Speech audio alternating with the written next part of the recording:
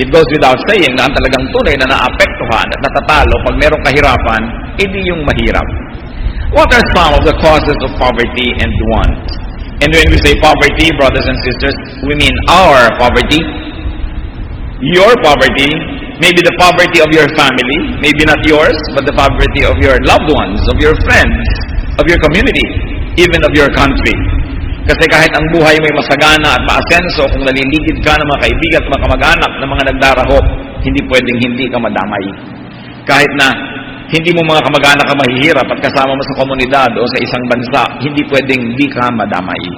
Kaya nga pati yung mga mayayamang bansa, panay ang padala ng mga aid sa mga mahihirap na bansa, panay ang padala ng mga family planning at kung ano-ano, sa takot nila na pagka naging sobrang gutom ang third world, sila'y dumugin at agawan. Kaya ayaw na ayaw din nilang sobrang naghihirap ang mundo dahil wala rin bibili ng kanilang mga produkto. So whether you are wealthy or not, you're affected when people are poor. What are the causes of poverty and want? Surprisingly, one of the causes is God. God's will and God's dealings. 1 Samuel 2:7, the Lord sends poverty and wealth. He humbles and exalts.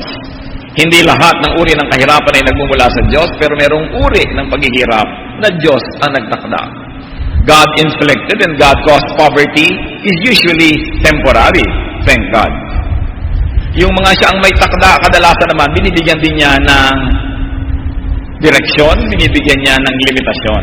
God caused poverty is usually seasonal, circumstantial, conditional, and even interventional. Kadalasan ito'y pinadadala ng Diyos upang magtuwid ng isang sobrang naliligaw, tumawag ng pansin ng mga sobrang nalilibang, o kaya ay magturo ng leksyon. Kung hindi man doon sa naghirap, ito sa mga taong makikinabang na matuto sa karanasan ito. Isa sa mga halimbawa ng paghihirap na sa Diyos nagmula o kaya pinayagan man lang ng Diyos ay ang paghihirap ni Job, na dating mayaman, subalit dahil dumaan ang pagsubok na pinayagan ng Diyos, siya ay naghirap. Subalit dapat nating tandaan na ang paghihirap niya ay sa sandaling panahon lamang at siya naman ay pinayagan ng Diyos na makabawi at makalampas pa nga sa dati niyang kalagayan. Another cause of poverty is what you might call chance or suerte or malas, which many Christians think does not exist. But Ecclesiastes 9:11 says, time and chance happen to them all. Napakalino ng Tagalog Bible, sabi niya, meron talagang dinaratnan ng malas. Yung bang naghihirap ka, walang matinong paliwanag, there is no reasonable cause.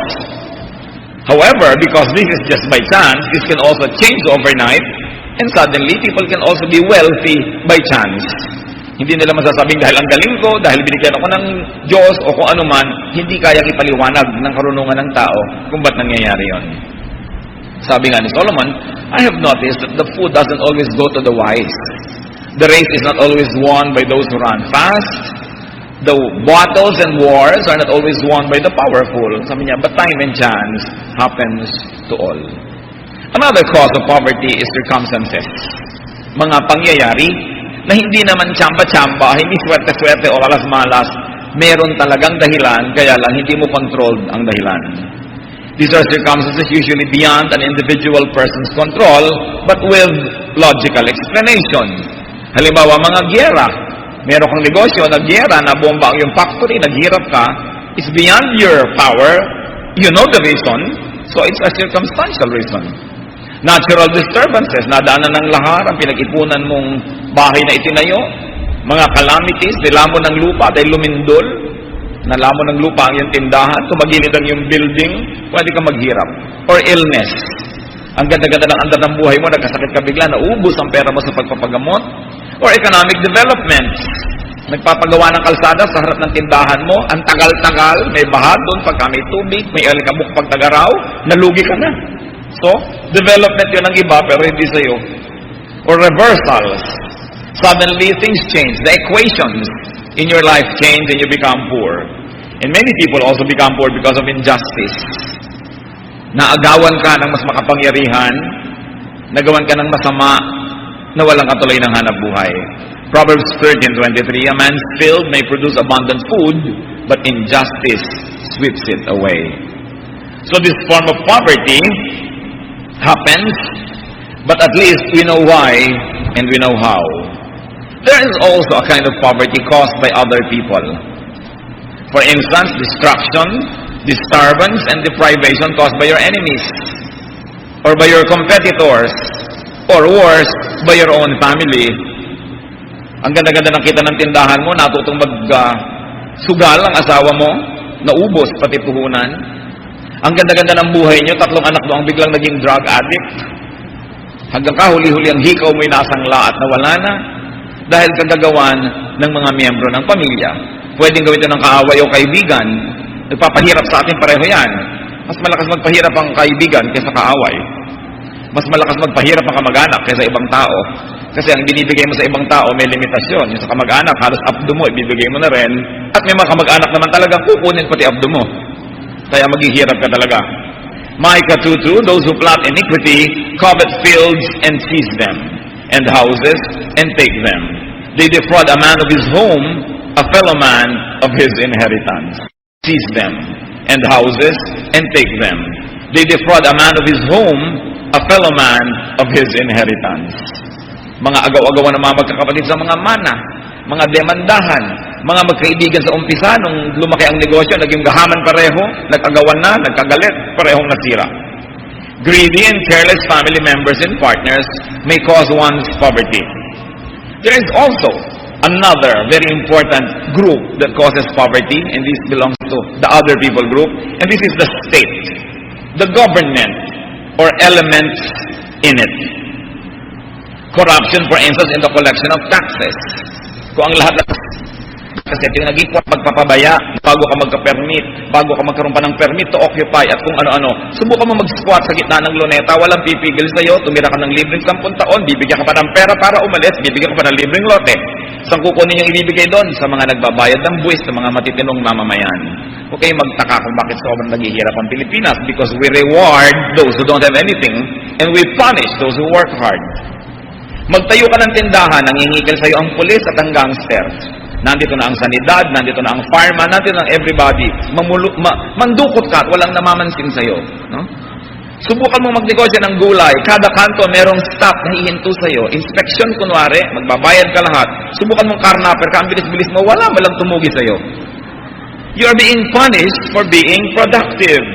Subukan mo magtinda, maghanap buhay, puro balakid, puro pahirap.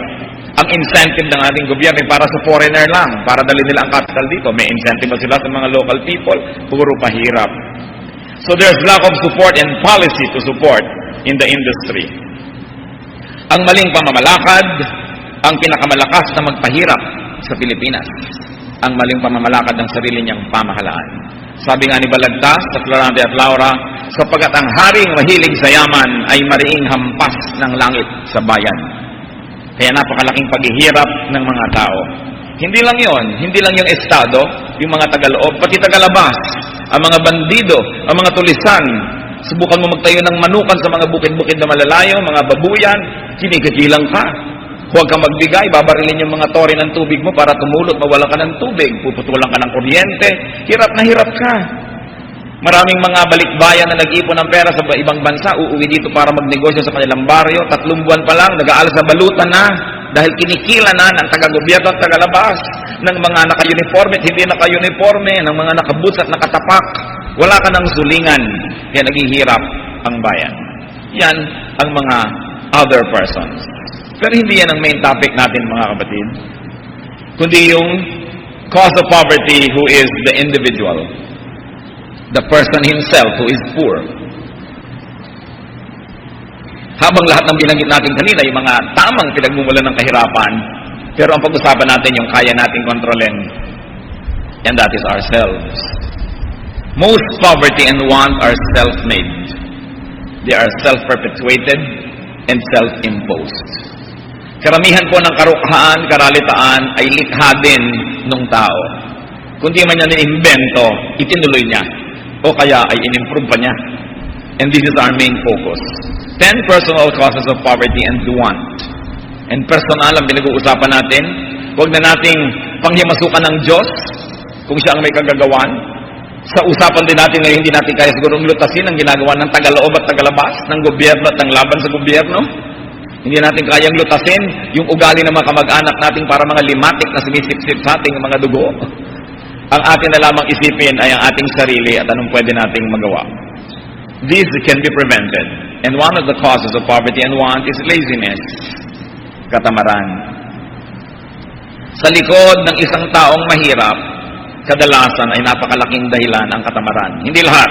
May mga masipag na mahirap pa rin. Pag-uusapan natin yan mamaya.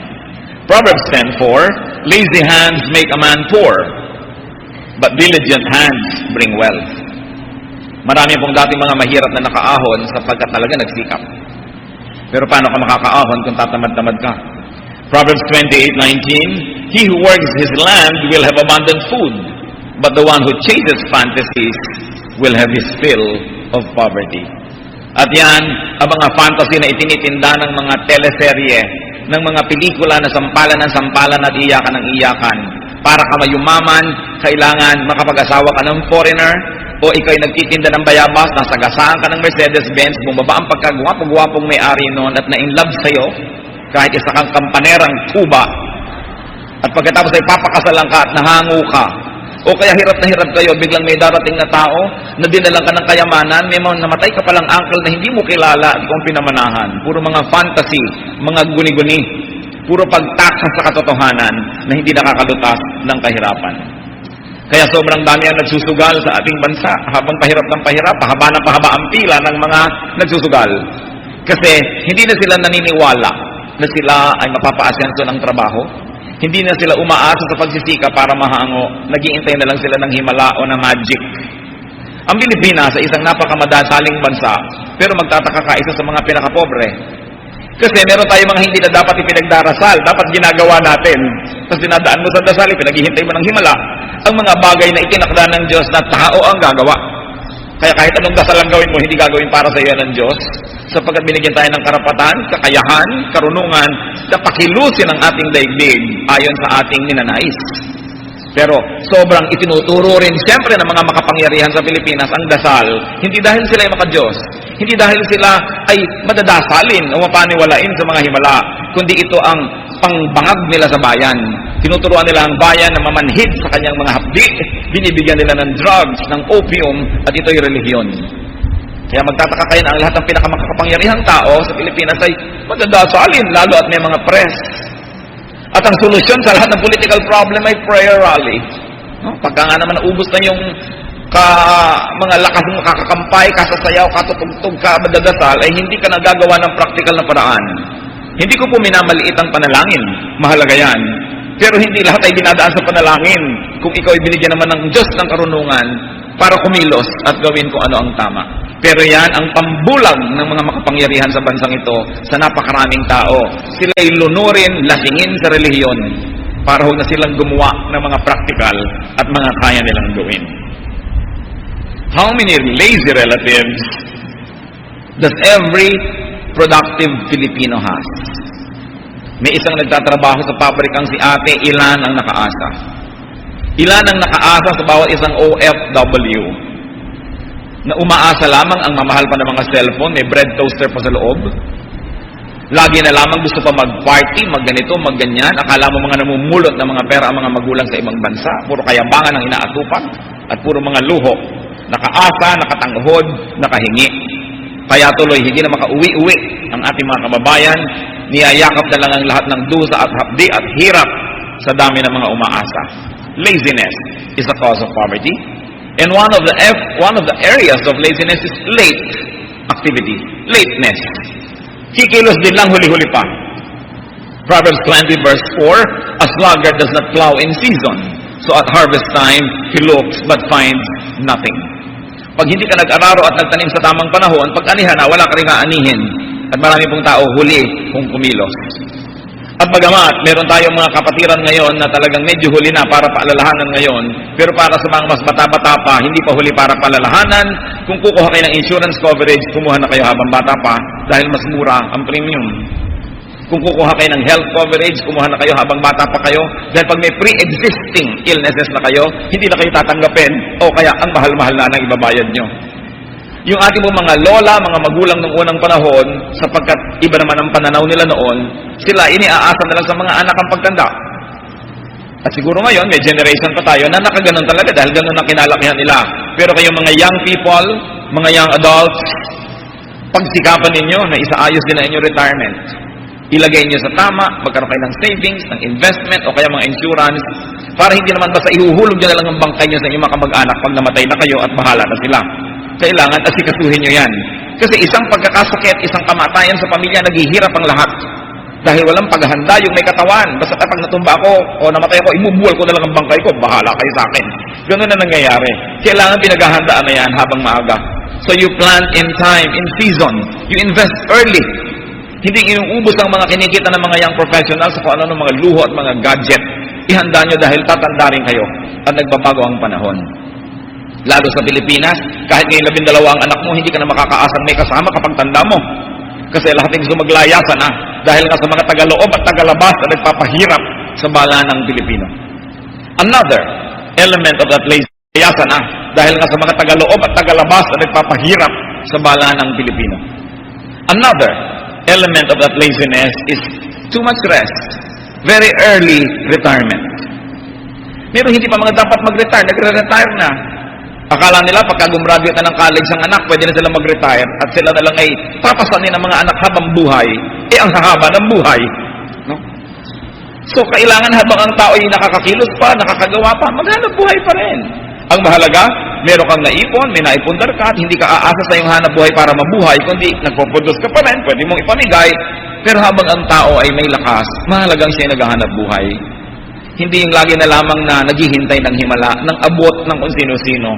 Kaya naghihirap ang ating bansa. Now, of course, gusto nating bigyan ng parangal ang ating mga nanay, mga tatay, matatanda na inubos talaga nila ang lahat-lahat nila sa anak. Ibinigay ang lahat-lahat. Kaya marapat naman na talagang hanggang ihatid sila sa huling hantungan ay alagaan sila at tangkilikin ng kanilang mga anak. Dahil talagang hindi naman uso sa mga Pilipinong magulang nung araw yung magtira para sa sarili. Talagang lahat ay ibinibigay. Lalo't nagpapaaral sa Maynila o nagpapaaral sa mga syudad, halos walang kainin ng mag-asawa, nagdidildil sa asin para pag uwi ng anak may maibigay ng pangmatrikula. Marapat lang na mga ito itaguyod habang buhay. Pero ngayon kayong mga young people na tatanda pa lang, dapat yun ang ibahin ang pamamaraan na ito sapagkat hindi ka na nakakatiyak. Nag-iiba ang panahon. Ang napakalungkot sa lahat ay tumanda ka, wala ka ng lakas, wala ka ng hanap buhay at doon mo pa lamang napagtanto na wala palang tatangkilik sa'yo. Kaya kailangan meron kang itinatabi sa iyong sarili. And I'm already talking to the new generation, not to the old generation and the previous one. Kasi yun ang kaugalian ng panahon na yun. Dapat nating bigyan niya ng graceful exit. Pero ang mga kabataan ngayon, ihanda niyo ang inyong sarili dahil naiiba ang lakad ng panahon. Proverbs 6:10-11. A little sleep, a little slumber, a little folding of the hands to rest, and poverty will come on you like a bandit, and scarcity like an armed man. Konti daw halukip-kip, konting pahinga, makikita mo ang bunga niyan, maghihirap ka. So, we've got to work and we have to keep working while we have the strength. Pagka po tayo ay kasama sa kumikita, maski man lang konti, yung hindi ka lang binibigyan, napakalaking tulong na. E di lalo na kung kumikita ka na higit sa iyong pangangailangan, nakakapagbigay ka pa, lalong malaking tulong. So be part of the solution, not the problem. Be part of the production, not the consuming team. Be part of the benefactors, not the beneficiary. Kaya kailangan sinisikap natin na laging may itinutulong. Ang mga daing ng mga OFW na iniimpit na lang at hindi na pinararating pa, ang mga tinitiis nilang pag-alipusta, pagmamaliit ng kapwa, ay gano'n na lang. Kaya dapat pagmalasakitan ng kanilang mga kinikita, huwag gastahin sa mga kaluhuan, mag-isip ng negosyo. Kung nagpapadala sa inyo ang inyong mga kamag-anak na OFW, mag-isip kayo magtinda ng mga kung ano ang bagay, magnegosyo kayo, hindi gasta ng gasta, hindi pa oras ng pagpapadala, te-text ka na dahil gusto mong i-advance pa. Saan kukuha ng pag-advance ang mga empleyado na yan? Empleyado lang yan. Pag hindi sweldo, walang pera, hindi ipangungutang.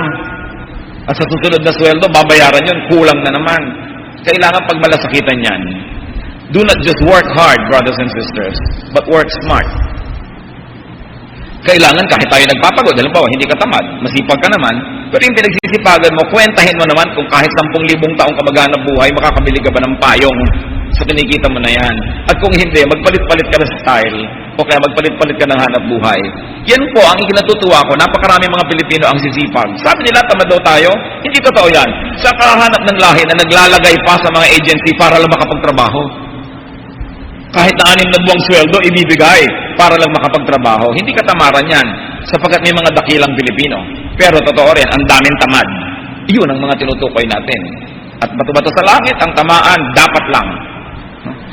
Yung mga batugan, see if what you're laboring for or on will bring maximum results to you. Kasi tinitingnan mo, natutuwa ako, ang daming masisipag, pero isipin ko man, kahit na mamatay ko ng katatrabaho, hindi ito makakaahon. Kasi yung kanyang pinagkakahanap buhay at pinagpapaguran, sobrang lugi pa siya kung tutuusin. Para yung mga mahilig magpaypay. Ang inuubos yung calorie sa pagpapaypay, lalong naiinitan ng katawan nyo. Kaya, init ng init. Habang bumibilis ang paypay nyo, painit ng painit. Kasi nakakapagpainit ng katawan yung movement. No? So, kailangan tinitingnan natin. Natigil tuloy ang pagpapaypay ng iba. Kasi yung magpainit, bahala kayo. Pero ang tinitingnan natin mga kapatid, hindi lang sapat na naghahanap buhay. Tingnan nyo naman kung may nangyayari sa hanap buhay nyo. Kailangan mag-isip ka na kahit yata mamatay ako dito, hindi ako makakaahon. Mag-iisip ako na ibang gimmick. No? So, Ecclesiastes 10:10, if the axe is dull and its edge unsharpened, more strength is needed. Pag daw mapurol ang iyong sibak, ay kailangan mo ng mas malaking hampas para mabiyak ang kahoy na iyong sinisibak. At ganoon din yung hanap buhay. Pag maliit ang kita mo, sobra ka nagpapagod para lang kumita kita ng marami-rami pa. So maximize your energy. Another form of personal cause of poverty is mediocrity. Yung pagiging walang quality, mababang kalidad ng mga pinagagagawa natin. Substandardness. Proverbs 12:27, the lazy man does not roast his game. Hindi tamad, meron na lang siyang karne, kakainin na lang niya ng hilaw, hindi na niya iihaw o papasarapin pa. At ganoon din yung mga nagtatrabaho. Naglinis na rin lang, hindi pa ginandahan. Naghugas na rin lang ng kotse ng may kotse, yung mga hindi kita ng mata, iniwan pang puro putik sa loob. So hindi ka na makukuha ulit. Binigyan ka ng pagkakataon na magtrabaho, nagwalis ka, yung lang kita ng mata, yung ilalim ng mga silya, hindi na nilinis. Naglaba ka, yung mga likod-likod at mga gilid-gilid, hindi mo na nilinis. So walang kwenta ang trabaho, hindi ka na makukuha uli. At pag naghanap ng mas mataas na uri ng trabaho, hindi ikaw maiisip. Therefore, hindi ikaw ang aasenso. Great opportunities are lost when people are mediocre. Dapat may value added sa ginagawa ng isang tao. Kaya kung naglilinis ka, ba't namamasukan ka, maglilinis po ako ng inyong bakuran, pero dinilig-dilig mo pa yung mga halaman, tinanggal mo pa yung mga damo, nagdala ka pa ng isang halaman na pwede mong dalhin, tingnanin mo, natutuwa sa iyo yung may bahay. Sa susunod, ikaw ang pagkakatiwalaan, kailangan pala niya ng manager sa isang farm niya. Alam niyo po ba na napakaraming job opportunities, hindi totoong mahirap maghanap ng trabaho.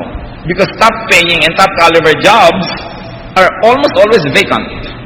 Nagkakagulo lang yung mga walang talent sa baba. Pero sa itaas, maluwag. Nagpapirate pa nga ang mga top companies, ang mahuhusay na tao. So bakit ka mananatiling nakikipag-compete sa mga walang kakayahan at walang galing? Pahusayin mo ang iyong sarili at ikaw ang lalapitan ng trabaho. Ikaw ang lalapitan ng hanap buhay o ng negosyo, maging ng pera. Alam niyo ang pera, malulungkutin. Ayaw niyang pumupunta sa mga pitakang walang laman. Masasayahin ang pera. Ang gusto niyang pasukan ng mga bulsa, yung may pera na rin. Para meron siyang ka-fellowship. So gusto niyo magkapera kayo, sikapin niyo magkaroon ng pangati. Alam niyo yung pangati, pag nangingitlog ang manok, huwag mong kainin lahat ng itlog, magtira ka ng isa, dahil pag pumunta yung manok sa kanyang pugad at walang natira, hindi na siya mangingitlog. May mga tao, regaluhan ng ATM card para huwag ka ng padala ng pera, namamasahe pa siya. Pati yung minimum na minemaintain, wini-withdraw. Bibigyan mo ng puhunan, hindi lang ginagasa yung tubo, pati puhunan, kaya bukas wala na naman uling negosyo. Hindi marunong magtimpi. Bibigyan mo ng mga buto para itanim, kakainin yung buto. Bigyan mo ng mais, gagawin binatog. Kakainin agad lahat, walang maitanim bukas, maraming ganyang asal, kaya nananatiling mga dahop. Kaya dapat may mga idinadagdag ka. Mga kapatid, kung kayo mamamasukan din lang at kayo empleyado, sikapin nyo na mahal kayo ng amon nyo, tuwang-tuwa siya, at pag-absent kayo, luksa ang buong kumpanya dahil mahusay kayo.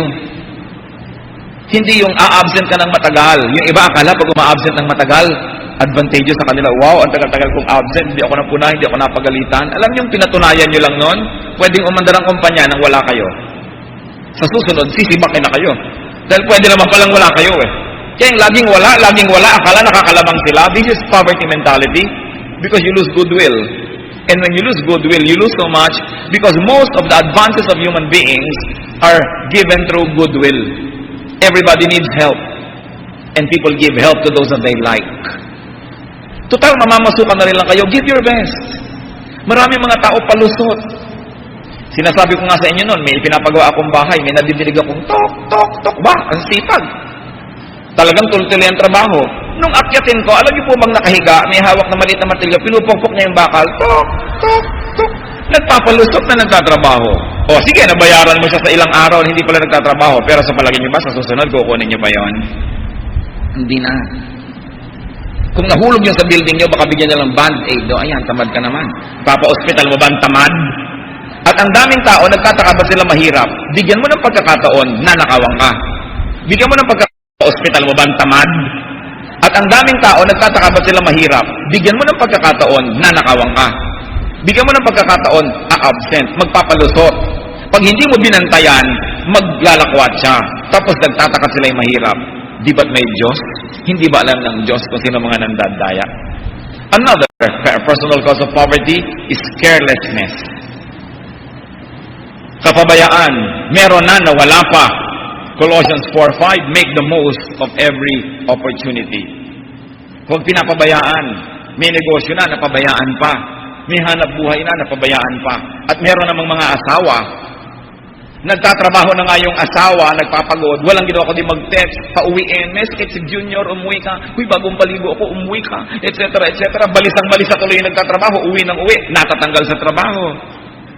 Merong mga may kamag-anak na may sakit, yung kanila pang kapatid na nagtatrabaho ang tatawagin para mag-alaga ng nanay na may sakit. Ang dami-dami mga kapatid na batugan na hindi mag-alaga ng magulang. Yung kaisa-isang kapatid na namamasukan, yung paang pauuwiin. Saan kami kukuha ng hanap buhay? Wala. Marami pong mahirap ay nananatiling mahirap dahil napakahamak ng pag-iisip. Napakababa ng mentalidad. Hindi nila iniisip ang mga dapat nilang isipin. At akala nila tungkulin ng sangkatauhan na kupkupin sila dahil lang sila ay mahirap. Kailangan ng tao ay nagsisikap. And another personal cause of poverty and want is indulgence, extravagance, excessive pleasure and consumption, eating and consuming more than producing, spending more than earning, and a wrong sense of proportion. Yung mga hirap na sa buhay, pagkatapos magdedebu ang anak, akala mo anak ng asendero yung magdedebu. Yung ang baba-baba na nga ng kisame, may chandelier pa, nagkakauntog-untog tuloy ang mga tao. Ang init-init ng panahon, ang liit-liit ng bahay, mga Louis XIV, Louis XV, XVI, ang mga silya, akala mo Malacanang, wala ka ng lakaran. Ano mga fantasy yan? Ba't hindi ibagay sa income ang ginagawa sa buhay? Isaiah 55:2, why spend money on what is not bread, and your labor on what does not satisfy? Ibig sabihin, ba't mo pinagkakagastahan yung hindi mo naman talaga kailangan? Mabuti kung marami kang sobrang pera. Ang mga kabataan na hindi pa kontento sa simpleng mga cellphone, gusto pa yung may mga umiilaw, mga kung ano-ano mga ginagawa ng mga cellphone na yan. So, mabuting mayaman. Kung hindi, ungot ng ungot sa magulang, puro pahirap ang ginagawa. Wastefulness is another cause of personal poverty. Wasting your 3 T's, your time, your talent, and your treasure. Ang Panginoon Jesus, nung nag-miracle, marami siyang pinakain, sobra ang pagkain.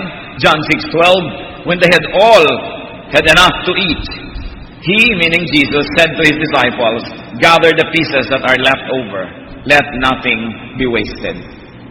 Dapat walang nasasayang. Lalo pagkain, mga kapatid.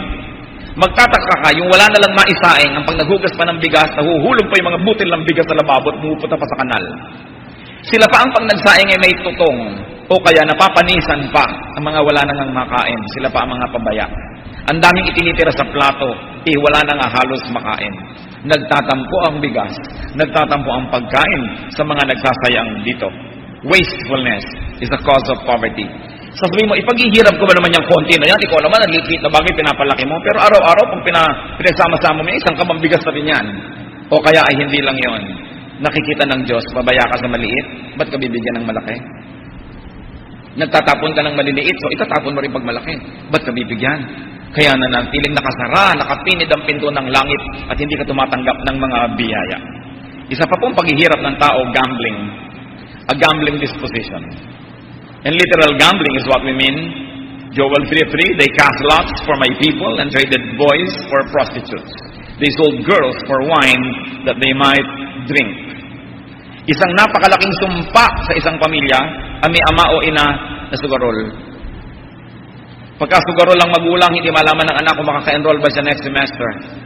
Hindi malaman ng anak kung meron ba siyang papanooran TV pag mamaya o baka ibinenta na ng isang magulang na nagsusugal. Hindi ka secure. Kasi kahit meron ka, pwedeng mawala. Kaya napakalaking hampas sa isang pamilya na merong miyembrong mahilig magsugal.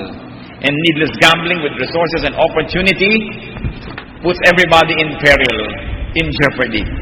At napakarami pong mga meron na, nagkaroon na dahil sa pagsusugal na wala pa. Mabuti pa yung matakaw, hindi kayo kayang paghirapin ng katakawan kasi may hangganan ang kayang ilagay sa inyong sikmura. Pero sa sugal, sa isang tihaya o taob ng isang baraha o whatever dice, naguguho ang mga pangarap. Kaya aalisin niyang pagsusugal, lalo sa pagsusugal ng maralita. Ngayon, kung marami kang pera, nagsusugal ka lamang na diversyon, bagamat hindi natin sinasabing mabuti yan, less evil naman yan. Kasi kahit patalo ka, may kakainin ka pa rin. Pero yung ipupusta mo yung pangkain mo, ipupusta mo yung para sa kinabukasan na gagamitin mo, yan ay sobrang paghahanap ng gulo sa buhay. Kaya, mas mahirap ang tao, mas hindi siya dapat nagsusugal. Pero yun nga ginagawa kasing opium. Kasi maraming tao hindi na sila naniniwala na aasenso pa sila, liban na lang sa himala ng sugal o sa tsansa na ito. Kaya ang tao ay dapat bigyan ng pag-asa, bigyan ng sipag, sapagkat napakaraming pera ang nasasayang at napakaraming nasa bulso mo na lumalabas pa. Another great cause of personal poverty is greed. Kasakiman. Akala ng mga sakim, panalo sila. Greed may initially acquire wealth, but eventually attracts reprisal and revenge. Greed eventually repels goodwill and blessings. Proverbs 28:25, a greedy man stirs up dissension, but he who trusts in the Lord will prosper. Ano po ba yung kasakiman? Getting more than your fair share. Dapat kung may share ka, yun lang. Meron pong isang bangkero sa pagsanhan, naawa yung kanyang pasahero dahil inaarkila lang pala ang bangka. So, sabi niya, magkano ba ang bangka? 16,000 po. O sige, bibigyan kita ng 16,000, sosyo tayo. Yung dating inire-rent mo sa bangka, ihulog mo lang dito sa bank account ko at yung sobra sa'yo na. Akala niyo ba ni piso nakapaghulog si bangkero? Hindi. Dumating na ang panahon ng Hapon, ang panahon ng Amerikano, ang lahat na ng panahon dumating, nothing, pating. Ang hindi niya alam, balak naman noong nagbigay ng puhunan, pag nahulog niya uli yung buong puhunan, ibibili siya uli ng pangalawang bangka, at pangatlo, at pang-apat. Hindi na siya nakarating sa pangalawa, kasi nagkasakim-sakim na siya. Nangyari rin yan sa isang nagbigay ng pambili ng jeepney sa isang driver. O sige, hulugan mo ang bank account ko, eto ihulog mo araw-araw. Ang hindi niya alam, pagka naman nabuo na yung inihulog, ibibili ulit siya ng jeep. Akala niyo ba ni 5 naghulog sa loob ng isang taong mahigit? Hindi. So wala na rin second jeep. Maraming mga tao, dahil sa kanilang kasakiman, kagahamanan, yung hindi kanila pinaghahangaran, binibigyan na nga ng kanila, paghahangaran pa yung kamay nung nagbigay, lalayuan siyempre yan ng kapalaran, ng swerte, ng kung ano man ang tawag nyo dyan, ng biyaya. Sapagkat ang tao, nagbibigay ng tulong sa kanyang kinagigiliwan. At kung hindi ka giliw-giliw, at napakasakin mo, kinakagat mo pati kamay nung nag-aabot sa'yo ng tinapay, sino pa ang mag-aabot sa'yo? Tinitiyak ko mga kapatid, marami kayong kilala na maralita, nagkaroon na ng chance, winalang hiya pa yung nagbigay ng chance. So ayan, nakalugmok sa hirap. Kakahabagan nyo pa ba yun? Greedy people may consider themselves winners, but are often clueless about their losses. Because lost goodwill means lost business, lost opportunities, lost favors. Yung mga mandarayang tindera, na bumili ka ng strawberry, ang lalaki, yung palang ilalim, ang liliit, babalikan nyo pa ba yun? Tuwang-tuwa yun. Naloko ka, pero babalikan nyo pa ba? Yung mga nandaraya,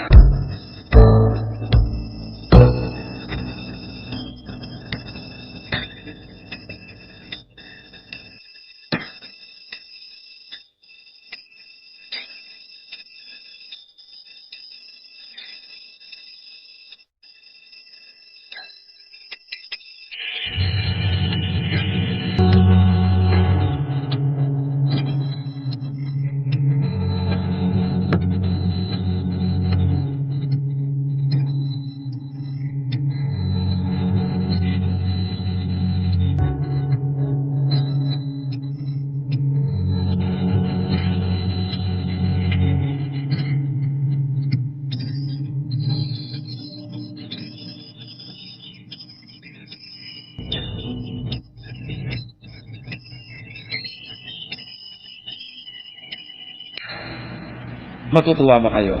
Kung meron ba kayong bibigyan ng pagkakataong masenso, kasali sila? Definitely not. So, ang nakikita lang nila, yung kapraso nilang nanakaw, hindi nila naiisip na ang dami pa dapat dumating kung hindi sila ganon. Proverbs 14:9, goodwill is found among the upright.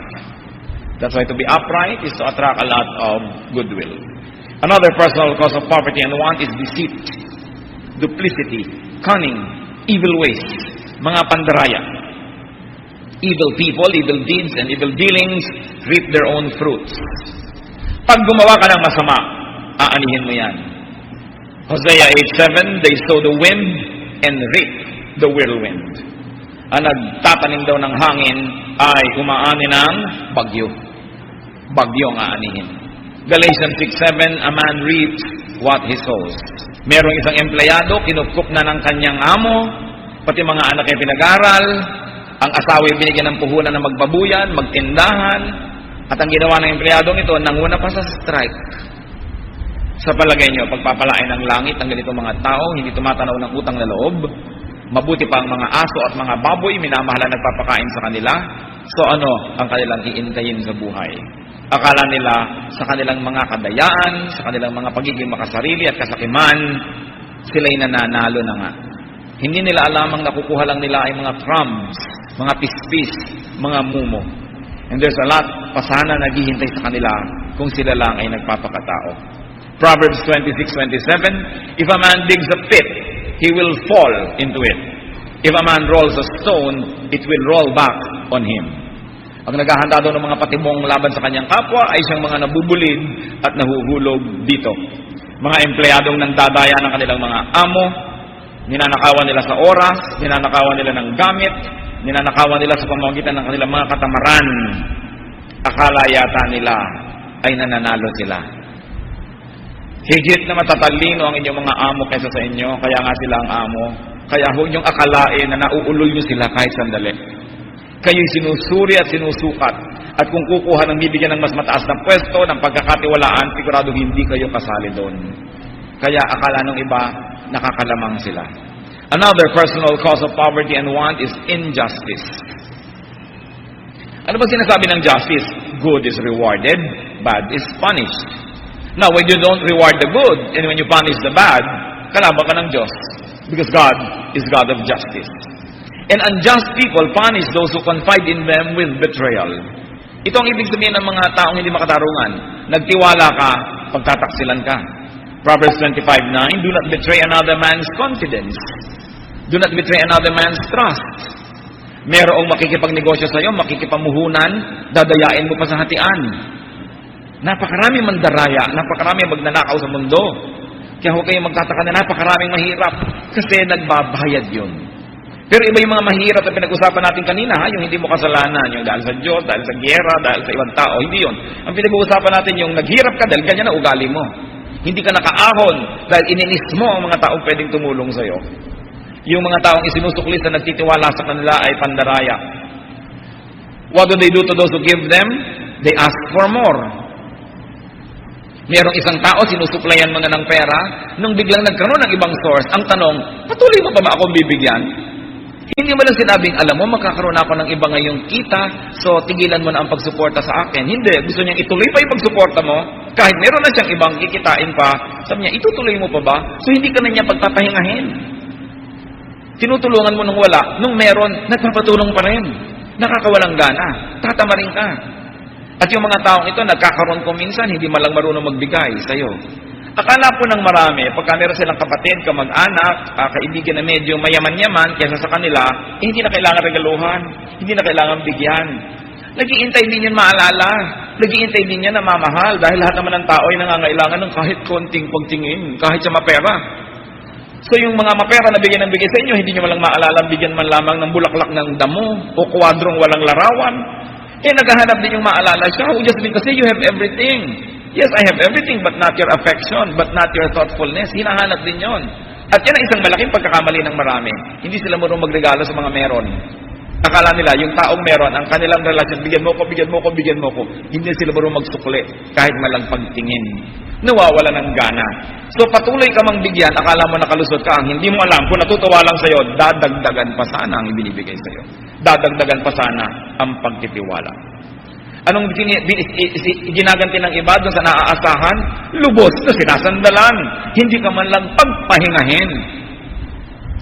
Kung ang kanilang pagkakasakit ay ikaw ang gagastos, pati ang parte nila, ikaw pa rin. Wala ka ng kapahipahinga. At sasabihin iba, kasi mayaman ka naman.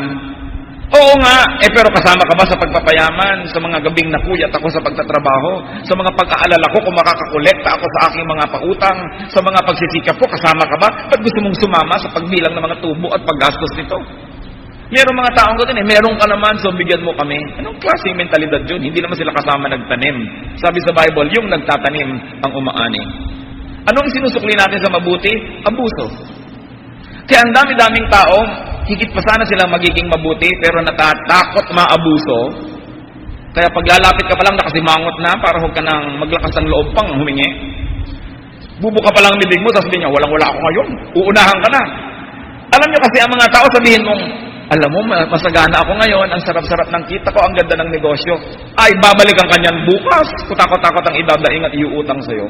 Hindi mo naman sabing salamat sa Diyos, maluwag ka. Pag may nakitang luwag ng kapwa, gustong pasikipin. May bahay nga kami na sa Pasay dahil maluwag lang kami, 2 kapatid na tira kami.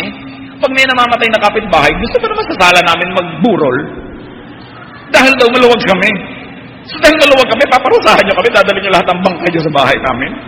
Anong klaseng mga mentalidad dyan? 1 Thessalonians 4:6, no one should wrong his brother or take advantage of him. Remember that your poverty does not entitle you to make others miserable. If they want to help you, good, but it is not their duty. Unjust people, like parasites, kill their host. Alam niyo po, kamakailan lamang ang mga aso namin, kutakot-takot na pagpapagamot ang ginawa, dahil may mga kuto pala sila na nakakapit sa katawan nila, na nilalason ang katawan nila at mamamatay yung aso. Ganun ang mga host, mga parasite, sinisip-sip ang kanilang dugo, nilalason ka pa. Hindi na lang makontentong sumipsip at manahimik. Hindi ka titigilan hanggang hindi ka isang malamig na bangkay. At napakarami pong mga tao sa ating paligid ganyan. Matututo ka talagang maging maramot. Matututo ka talagang magtrangka ng iyong pintuan at magbingi-bingihan sa kanilang mga daing dahil hindi ka nila titigilan. Kailangan magbago-bago ng ugali at nang maiba ang kabuhayan. And finally, another, and the 10th for the day, the personal cause of poverty and want, dislikability, kung may ganun man salita.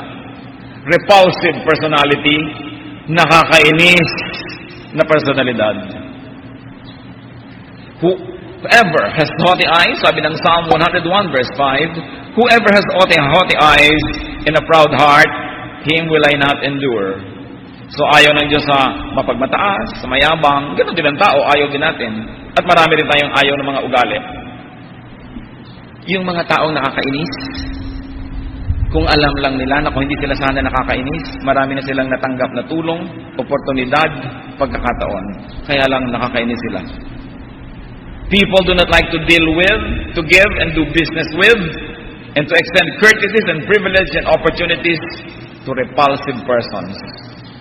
Kaya titingnan natin ating sarili, nakakainis ba ako? Mahirap ba akong kasama? Bakit lahat na lang ng naging trabaho ko okay natanggal? Bakit lahat na lang ng nakasama ko sa negosyo nakalaban ko? Bakit lahat na lang ng tao naiinis sa akin dahil ako'y banal at masama ang sanlibutan? O mag-isip-isip tayo. Hindi tayo dapat nakakainis. Dapat tinitingnan natin ating ugali. Hindi ka dapat nakakatakot.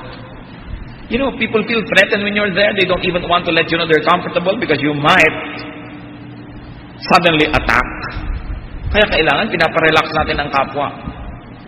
At antayin natin mag-usap kung gusto nila tayong tulungan. To the vexing and the irritating, to the rude, the crude, and the abrasive, to the proud and braggart, nobody will help you. Mananatili kayong ganyan. Help, opportunity, and wealth comes from fellow men. But people help only those that they like. Dapat kaibig-ibig ang ating ugali at ang ating asal. Foolish and bad people miss and lose that help. Even if in their foolishness and warpedness they think they gain, they actually lose much, much more because they lose goodwill. Pag nawala na ng gana ang tao sa'yo, wala nang maaasahan ka na pagbubukas sa kanya ng pinto para sa'yo. At lahat po ng nagtatagumpay sa buhay, tumatanggap ng tulong mula sa kapwa, kaya nagtatagumpay. At tinutulungan natin yung kinatutuwaan natin na tao. Kawawa naman ang mga anak ng isang ama o ina na nakakainis. Sapagkat walang tutulong sa breadwinner na ito, lugi ang mga anak. Napakagandang pamana sa iyong mga anak ang magandang pagkatao, magandang pangalan, kaya gigiliwan ka. Kahit hindi kilala yung anak mo, giliwan na sa anak mo pagka nakita. Pero kung inis sa'yo, hawa na agad ang iyong anak. Giliwan ka, kahit hindi kilala yung anak mo, giliwan na sa anak mo pagka nakita. Pero kung inis sa'yo, hawa na agad ang iyong anak. Kaya napakagandang pamana sa ating mga anak yung magandang pangalan, yung hindi ka abusado, hindi ka kinakatakutan ng kapwa pag nandiyan ka, talagang natatakot sila dahil baka ka mag-abuso. Wala ka maiuwing biyaya sa mga inakay na naghihintay sa iyong pugad. Kailangan ng tao, inaayos na ang kanyang personalidad. So may mga nagdarahop dahil sa mga bagay na hindi nila kaya na kontrolin. Pero may mga nagdarahop dahil sila'y hamak, dahil sila'y asal hayop, hindi sila pinagpapala ng langit.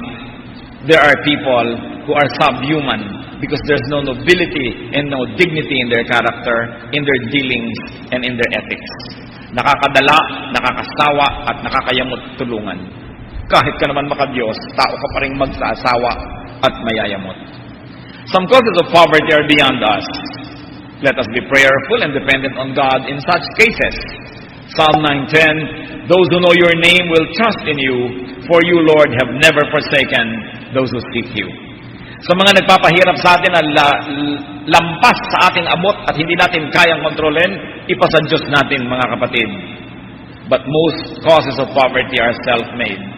There is something we can do about them. They can be remedied, they can be avoided through godly conduct. And some causes of poverty are not only self-made, but are even institutional. There are so many institutions that are giving to the needy. There are very few institutions who are giving to the deserving. So pagka needy, ang daming mga tumutulong dyan, mga NGO, ang daming mga charity, ang daming kung ano-ano. Pero may tumutulong ba sa deserving? Yung konting puhunan mo, napapalaki mo, may nagpapautang ba sa'yo para mas palakihin mo yung puhunan mo? Konti. Merong konti. Like CCT does it, the Center for Community Transformation, microfinance. Pero patunayan mo muna na tatagumpay ka sa maliit na negosyo para kanila tulungan na palakihin ng konti ang negosyo. Pero karamihan ng pagbibigay din ng mga institusyon, nagbibigay lang sa nangangailangan, hindi doon sa deserving. So para ka rin naglalagay ng tubig sa butas na balde, mamaya wala na uling laman. Dapat tayong magbigay sa mga nangangailangan. Turo yan ng Diyos. Lalo't sila'y sobrang tanda, sobrang bata, o sobrang hina ng katawan. Pero sabi sa Bible, if anyone does not work, he should not eat. Kung kaya naman niya na kumita pa at kaya niya na pakainin ang kanyang sarili, huwag siyang kupkupin. Dapat siya ay kumilos. Pero meron tayong dapat tinutulungan talaga. At kahit naman yung malalakas, tinutulungan natin yan paminsan-minsan dahil may panahon ng kahinaan, pero hindi naman panghabang panahon. Hindi naman yung ang laki-laki ng kapatid mong lalaki, mga muscle ay gumagalaw-galaw pang ganyan at ang dami-dami mga tato, tapos ate, tingin pang-load. Sabi, dapat ay hampasin mo ng kararo yung kapatid mo na yan. Ano pa yung pang-load? Ang laki-laki ng muscle mo dyan. Wala kang ginawa kundi magpalaki ng muscle sa harap ng katawan. Tapos pang-load lamang, wala ka. Matthew 25, 28 to 29. Yung binigyan ng Diyos ng mga puhunan, may malaking ibinigay, may gitna, may maliit. Yung malaki, pinalaki. Yung gitna, pinadoble. Yung maliit, walang ginawa. Anong sabi niya? Take the talent from him and give it to the one who has the 10 talents.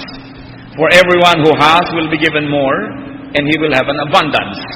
Whoever does not have, even what he has, will be taken from him. Ang Panginoong ito ang nagsasabi nito, ha? Sabi yung wala na, agawan nyo pa. Dahil yung konting wala niyan, lalong magkakawala-wala dahil bulagsak yan eh. Yung marami, sa kanya niyo ibigay ang pagpapala dahil marunong siyang magparami. Ba't niyo ibibigay sa bulagsak? Ba't niyo ibibigay sa nagtatapon? Ba't niyo ibibigay sa walang pakinabang? Kahit yung puno na ayaw mamunga, sabi ng Panginoon, bunutin. Sayang lang ang lupa, pampasikip siya. Hinahanap ng Diyos sa tao, mamunga. Kailangan tayo maging mamunga, masagana. Merong mga dapat tulungan. Huwag tayong magbingi-bingihan sa mga dapat, lalo mga magulang natin at sila yung mga may edad na. Mga kamag-anak natin sobrang mga bata pa. Pero yung mga tamad, yung mga batugan, binibigyan mo pa ng sustento na panigarilyo, pang bisyo, magagalit ang Diyos niyan. Dapat tikisin ng mga ganyang tao. At nang kung sakaling magutom, ay matuto magtrabaho. Huwag mga magulang, huwag niyong parusahan ang masisipag niyong anak. Nakikilan niyo ng kikilan para ibigay niyo sa mga tamad niyong anak. May mga anak kayo kung minsan na nagsisikap na gumawa ng pangalan, nagtatrabaho, naghahanap buhay. Wala kayong ginawa kundi hingan ng hingan para ibigay sa mga anak niyong laging tinutubo sa mga presinto, laging kinukuha sa mga ospital at mga kung ano-anong lugar. Why punish the good for the sake of the bad? We are sending wrong signals to the children that it's all right to be like that. At marami po mga pamilya ganyan. Kung sino yung kaisa-isa o dalawang matino, kung sino yung konting nagsisikha ay naghahanap buhay, yun ang dinadaganan ng lahat. Is that justice? Is that godliness? No. Yan ay isang sasamantala sa kabutihang loob at yan ay isang pagpapahirap sa dapat na taong binibigyan ng gantimpala at pagkonsinte sa gumagawa ng mali. So meron po tayong mga kahirapan na hindi natin kayang kontrolin, ipasa Diyos. Pero yung kaya natin, lalo't may kinalaman ng ating ugali at asal, kailangan ng lahat ng pagbabagong loob. Kung hindi kayo yung mahirap na pinag-uusapan, pero kayo naman yung pinipitasan ng mahihirap sa paligid nyo, you must know how to behave. You must learn to say no, and you must reward good work and punish evil work. Yan po ang hinihingi ng katarungan ng Diyos. At nawa sa pagbabagong loob ng bawat mamamayan, ay magbago ang ating mga institusyon, maging ang Estado, maging mga tagaloob at tagalabas, matutong paghirapan ng kanilang kakainin, huwag kikilin sa mga nagsisipag at nagpapagod, sapagkat itong kalooban ng Diyos na walang maging maralita.